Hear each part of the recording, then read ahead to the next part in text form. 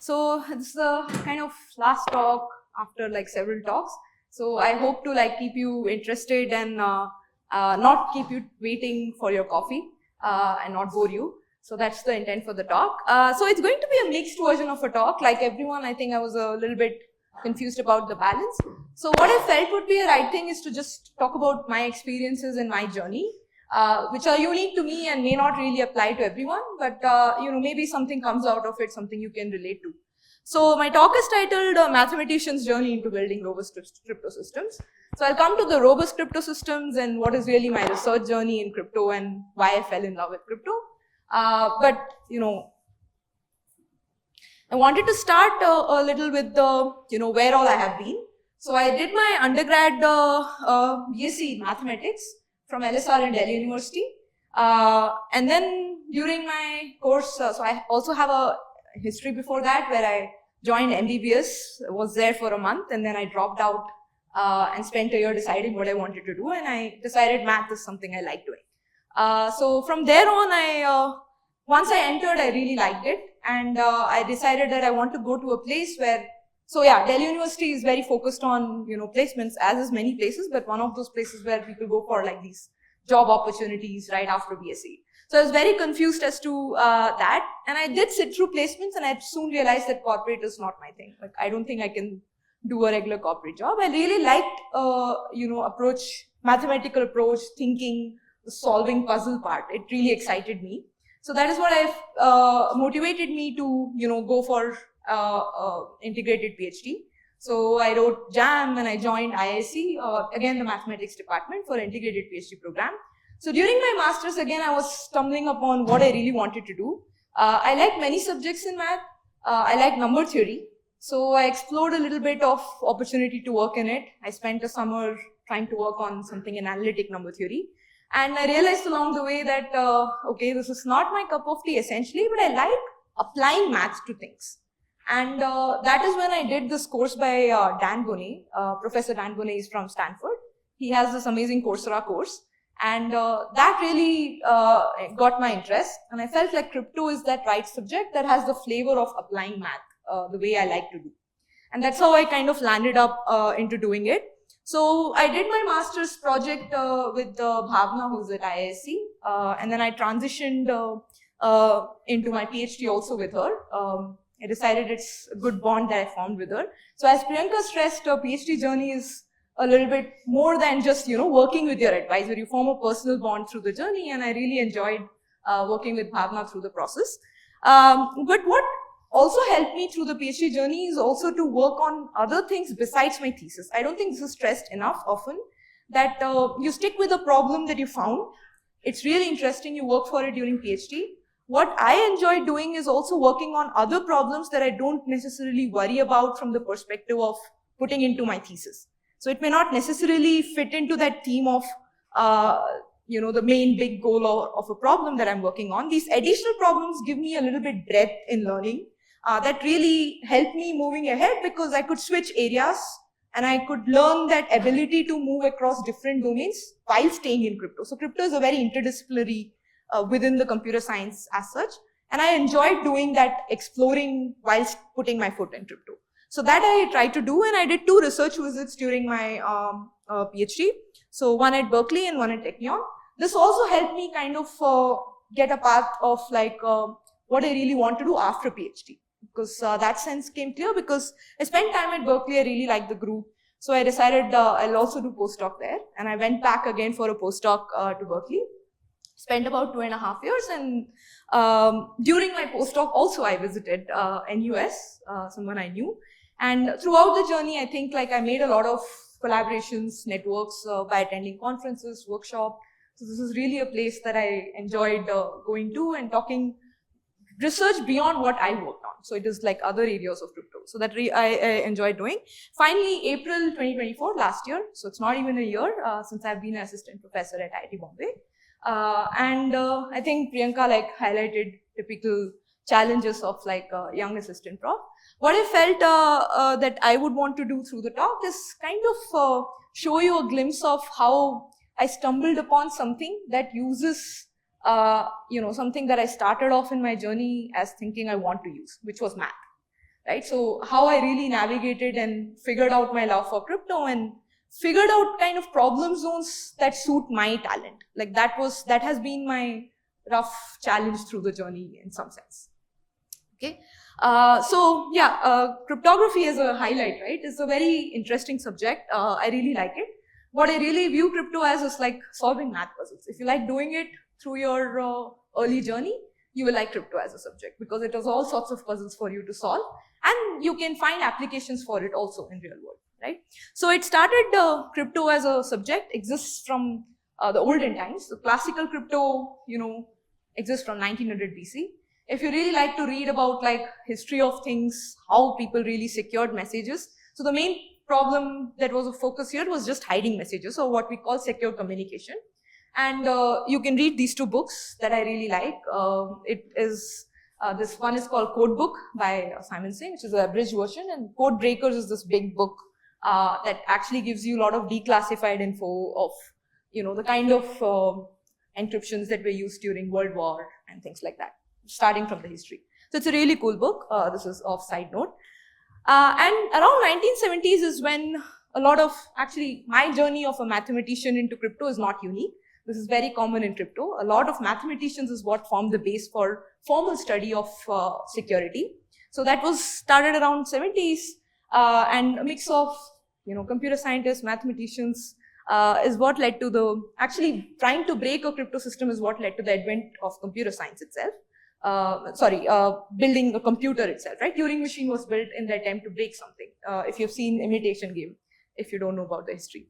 So that is what happened around 70s and 2000s, and now is when the engineering and technology comes in, right? So what I really want to summarize here is, as a subject in crypto, there are several stages that come in. So one of the subjects, like I said, is very interdisciplinary. And how I view it is there are these 5 broad stages that cycle around dependent on each other. So the first stage sort of starts with identifying a threat model, right? If you're looking at a specific application, like I want to securely send a message to someone, what is the threat model here? There can be someone sitting on the channel, viewing everything, trying to get your message. There can be someone modifying everything you send on the channel. So you identify this kind of threat that comes from what happens in the real world. And then you look at formally modeling security. So this started after the 70s, where you mathematically model, write down a definition, like how you see in a math book a definition. You write a security definition. And then you prove, or rather first design schemes. And what does this security rely on? It uses certain assumptions that come from the math world. So these are problems that are believed to be hard. So to give you an example, something that's used in web and all of us rely on its security is this famous RSA encryption, right? And at the crux is the hard problem, which I can just state to a high school person. I take 2 large prime numbers, multiply, and I just give you that large number. You cannot factorize it back into the 2 primes. This is the hard problem that it relies on. It's not feasible to do it in a fast way, right? So these are the kind of flavor of hard problems that you draw from the mathematical world, and that helps you build crypto systems. You base your crypto system on the hardness of these problems, okay?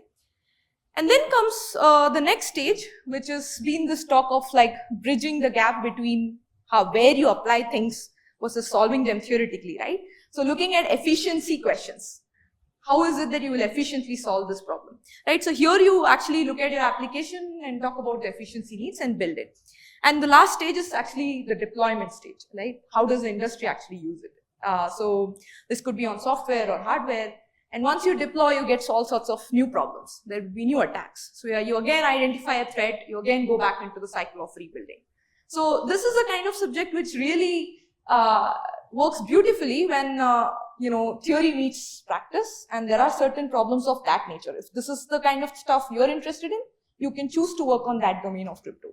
Otherwise not. So my journey kind of has been a little bit on the 4 blocks. I have not worked on deploying anything in real world, but I have worked on identifying threat models on certain kind of problems that stem from something already deployed, or kind of adversarial attacks motivated from real how it happens, and the rest of the 3 steps essentially, like building concretely efficient systems. Okay, so to kind of give you a glimpse of how I kind of was able to navigate through different problems in crypto through my journey, I felt I can just give you kind of a one-line statement of several cool problems, which you can actually understand at high level, because crypto again is a subject that allows me to do this. So the first kind of problem that I already said was interesting from the classical perspective was secure communication. The problem is very clear. There is a Alice, there is a Bob, and the goal is, let's say they start with some pre-established secret key, and they want to communicate and send hidden messages to each other, okay, or encrypted messages in that language. Okay, and the security need is twofold. Comes from what kind of threat is there, right? So there can be two kinds of threats. One is the weaker form, which is just someone listening in, eavesdropping, or someone actually modifying things. So the stronger one is the kind of adversary you worry about, in which case you want two guarantees. One, of course, you want to hide the message, which is confidentiality. And the other is like integrity, which means you should not, the message should not be modified to something else, right? You want some kind of integrity guarantee. So this is the kind of threat. But what I've assumed here is Alice and Bob share a key. Okay? And actually, if you read stories, in the older times, there are stories of during the World War II, people carrying briefcases of keys, like just documents that print random keys. And they were carried across, and this was used for a while until the security on it was no longer reliable. And then you again repeated it, right? But thankfully in 70s, Diffie and Hellman came up with a way where we need not do that. There is a math behind that we can use. And this is what is called a secure key establishment. So you can use something from your basic math, very simple group theory is all it uses. And it helps you actually establish key where Alice and Bob can now communicate. The channel is of course exposed. Eve can modify whatever she wants being sent through the channel. And they want to agree upon a single common key that they can use further on. Okay, that's the goal of this problem. So this is a classic example where you could use math and solve something that was done in a very, very infeasible way before. Okay, this was done in the 70s. Another problem that kind of is a sub-problem, right? I spoke about integrity. So if you just click on any of the website, you will see the information of what kind of signature it uses. Okay, so these are called digital signatures. And they're literally the analog of like your physical signatures, right? How do you sign on document? Literally analog, but there has to be some difference.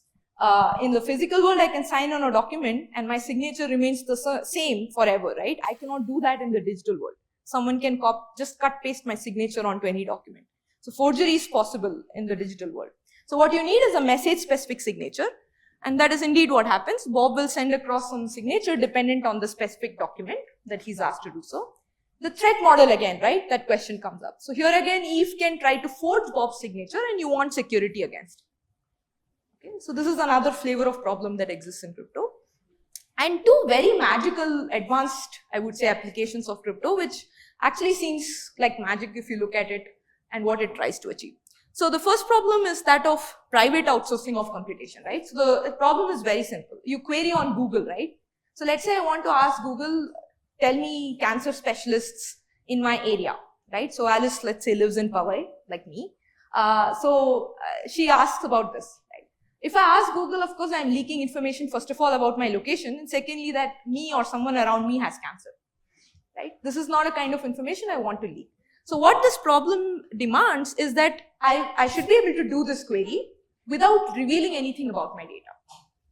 So there is a kind of encryption that allows you to actually encrypt your query, send to Google. Google can actually run the search algorithm on this encrypted query, give you back some response, which is also encrypted, and you yourself decrypt it. So this kind of a powerful mechanism is what is known as homomorphic encryption. It's one of those hot topics that industry also cares about today. And while the full-blown version where you can do any computation is infeasible at this point, in some forms of homomorphism, this is feasible to do or even practical to do. So this is a very cool problem in crypto. Another related problem, so the security need is clear here, right? Google shouldn't learn anything about my query. Okay. A very related problem is that of verifiable outsourcing of computation. So again, another setting where you would want someone's help to do your compute, right? So let's say Alice has a small laptop. She wants to run her large data on some learning algorithm. She just wants to train it, okay? And she doesn't have the compute power. So she outsources it to Bob, who has the cluster to do it, right? Why should she trust Bob? Bob will do the compute, okay, fine, he does the training, he'll give back some output. So what additionally is missing here is you don't want to trust Bob. You want some proof from Bob that what he did was correct. Okay, that is the goal here. So this leads to another very cool primitive called succinct proof systems. And this is widely applicable also in the world of blockchains and many, many more applications you find of this. Okay. And one final sort of problem I want to highlight is a sub-problem of something called as multi-party computation, another cool problem in crypto. And this is again relevant in practice. So this is called as private set intersection. As the name says, what you want is two parties to find the intersection of their sets without revealing anything else about their sets to the other. Okay. So an example could be Alice has a set of friends, Bob has a set of friends. They want to find their mutual friend, but they don't want to leak any info about their other friends. Where is this useful? Again, so the security need is clear again. You don't want to leak anything about each other's set beyond this intersection. So this is used by Apple, Google, Facebook, Signal, for many, many things. You would have used this password checkup feature, which tells you where all your password is breached. So this actually uses the PSI protocol. Okay. And again, just to highlight a very simple way of solving this with math, right? So I wanted one solution that kind of gives you a trick of where in math it comes in a very simple way. I introduced this feature of homomorphic encryption, right? Let's say I had that too. And all I ask you to know from math is polynomials. So all of you know polynomials, I'm assuming? Anyone who doesn't know polynomials? Just what are polynomials? I don't even expect anything beyond that. Okay? So how would you solve this? This is a very simple solution. So what Alice does is, she has her set. She computes this polynomial which just evaluates to 0 at all points in her set. Okay, let's say this is possible. This is possible to do because you can interpolate and find a polynomial like that. Okay, and she encrypts the polynomial and sends it to Bob. Right? Now, what Bob can do is for every element in Bob's set, he will generate some random string and do this computation. Okay, and send across this encrypted value. So he's doing the computation on top of the encryption. Why is this going to be helpful? Is something I'll just tell you. Okay. So the first point, I'll come to correctness and privacy from the Bob's perspective. First, very simple point for you to observe is from Alice's side, she has not leaked any information about her set, right? Because she's just sending this encrypted polynomial and really nothing else is being leaked. Okay, the encryption assures that. Coming to correctness and Bob's security, right? If you look at the string, so if that element belonged to the intersection, the polynomial would evaluate to 0. And Alice would recover the element in that intersection as she's supposed to. But if it was not in the intersection, then there is this random string that's blurring out the info. So it's hiding everything, right? So this is actually giving you some form of security. So here is a kind of example of something that actually solves the problem of provable security. You can prove that the scheme is secure. Okay. And you're using homomorphic encryption because you're able to operate on top of the ciphertext. Okay, so I just want to kind of conclude a little bit with a overview of I have worked on several of these problems and I was able to navigate through in some sense and identify specifics of mathematical tools that I can contribute to and engage, sort of collaborate with multiple people to really see the intersection come at play, right? I started as I still am a theoretician, but I try to get my problems or inspiration for my problems by talking to friends from industry, because that really gives the right kind of motivation for choosing the kind of problems to work on. That's been the transition. So I've switched areas within crypto that use different kind of primitives. And, as I think everyone here stressed, collaboration really helps making the learning kind of translate a faster process. So I have had the chance of many collaborators. Now at IITB, we have Trust Lab, where we have several faculties working in different areas of trust. And it really helps to talk to each of them because I get perspective from someone working in hardware security or someone working on security of architecture, and you derive problems from that space, right? So I just want to conclude on with this last slide on a couple of things that I sort of focused you through my PhD, which helped me navigate through. And this has been my, again, learning experience, may or may not work for you. So the one thing I really benefited from is kind of balancing between breadth in learning and focused learning. So you can do a little bit deep learning through the one problem that you're solving for your PhD. That is very helpful and that is very necessary. But at the same time, it helped me to balance and focus a little bit on breadth.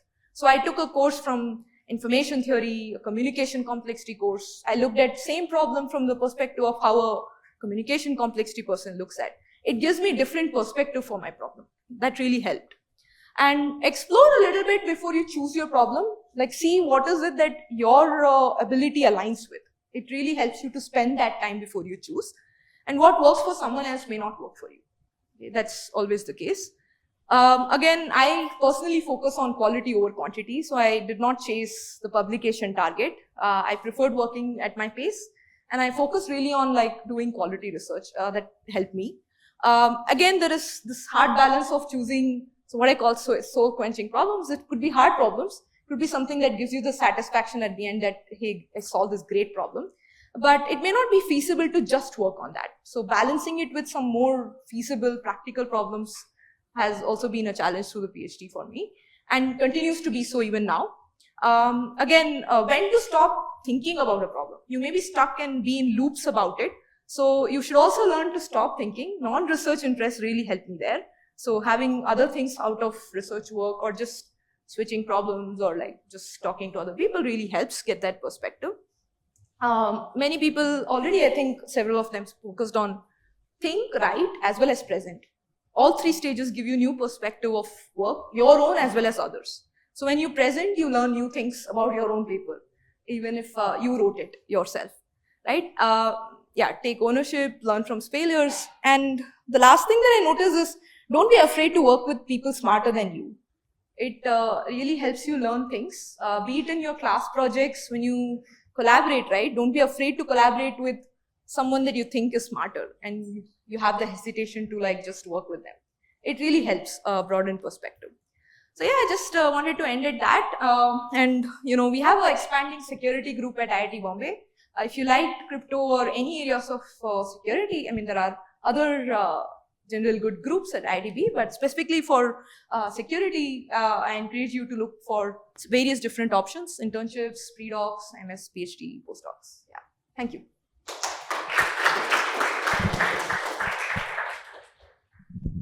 Thank you, Shruti, again for the very nice talk.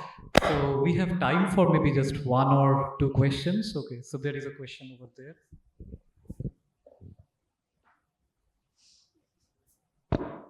Hi. So in the polynomial example that you gave, I guess it is provable secure model. There can be many routes, right? So how the receiver would know like which route the Alice have taken, the sender has taken? Right, so the receiver need not know. The point is the polynomial is constructed in a way that the only roots are the set of Alice. Okay. So it's set in a way that there are no other roots. So if there are, you plug in any other point from Bob's set that was not in the intersection, right? So every element of Alice that is in the intersection, that will satisfy this property, that the polynomial's root will be at that point. Now, Bob doesn't need to know that. He will just do this computation and send. The point is, whenever you evaluate it at a point that is in the intersection, the polynomial will evaluate to 0. So the sets must be predefined, or it must be given. So that is how you construct the polynomial. The way the polynomial is constructed is what gives you that power. Thank you. Are there other questions?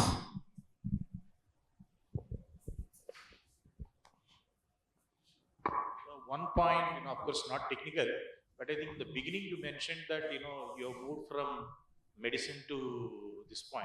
Can you just touch upon, it's altogether different, right? What was the thought process when you admitted into medicine? And then what was the thought process that you shifted? Yeah, so, in school, I mean, this has got to do with even before anything else, the school education, right? Like, I think like many other people around in my generation, even maybe now to some extent, I was good in both bio and math. So I was always confused and I had no clarity on what was it that I really wanted to do. And I cleared both the engineering entrances as well as MBBS, and there was no doctor in my family. So at my family, the thing was, I mean, if you don't know that you don't like it, like what is the point of saying no, you don't know what to join. It's very rare to get a seat in MBBS. So that's how I joined. And then one month down the line, I realized I'll be a very bad doctor. I don't think I can do this. It was a tough decision, but I felt like I don't want to end up committing to something and later come out of it not doing justice to that job. So that 1 year, then I really spent time thinking of what is it that I really wanted to do beyond what is it that I'm good at. That is what it gave me time to think about. Yeah.